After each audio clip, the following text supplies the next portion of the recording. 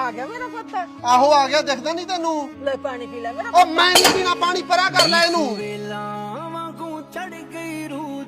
ਲੈ ਪੁੱਤ ਰੋਟੀ ਖਾ ਲੈ, ਤੂੰ 2 ਦਿਨਾਂ ਦਾ ਕੁਛ ਨਹੀਂ ਖਾਦਾ। ਉਹ ਬੇਬੇ ਜਿੰਨਾ ਚਿਰ ਇਹਦਾ ਫੋਨ ਨਹੀਂ ਨਾ ਆਉਂਦਾ ਮੈਂ ਨਹੀਂ ਰੋਟੀ ਖਾਣੀ। ਪਰਾਂ ਲੈ ਜਾ, ਨਹੀਂ ਤਾਂ ਖਿਲਾਰ ਦੂ ਤੇਰੀ ਆਪਣੀ ਇੰਡੀਆਈਆਂ ਮੈਂ। ਉਹ ਭਰਾਵਾ ਰੋਟੀ ਤਾਂ ਖਾ ਲੈ, ਰੋਟੀ ਨਾਲ ਕਾਹਦਾ ਗੁੱਸਾ ਹੈ? ਉਹ ਤੁਹਾਨੂੰ ਕਿਉਂ ਨਹੀਂ ਇੱਕ ਵਾਰੀ ਕਿਹਾ ਤਾਂ ਸੁਣਦਾ ਹੁੰਦਾ? ਐਡੇ ਤੁਸੀਂ ਮੇਰੇ ਹਮਦਰਦੀ।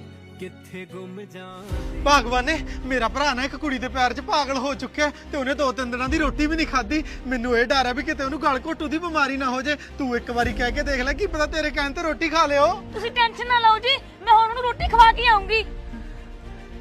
ਲੈ ਵੇ ਦਿਓਰਾ ਰੋਟੀ ਖਾ ਲੈ। ਉਹ ਮੈਂ ਨਹੀਂ ਖਾਣੀ ਰੋਟੀ। ਓਏ ਤਾਂ ਤੂੰ ਕਿਵੇਂ ਨਹੀਂ ਖਾਣੀ?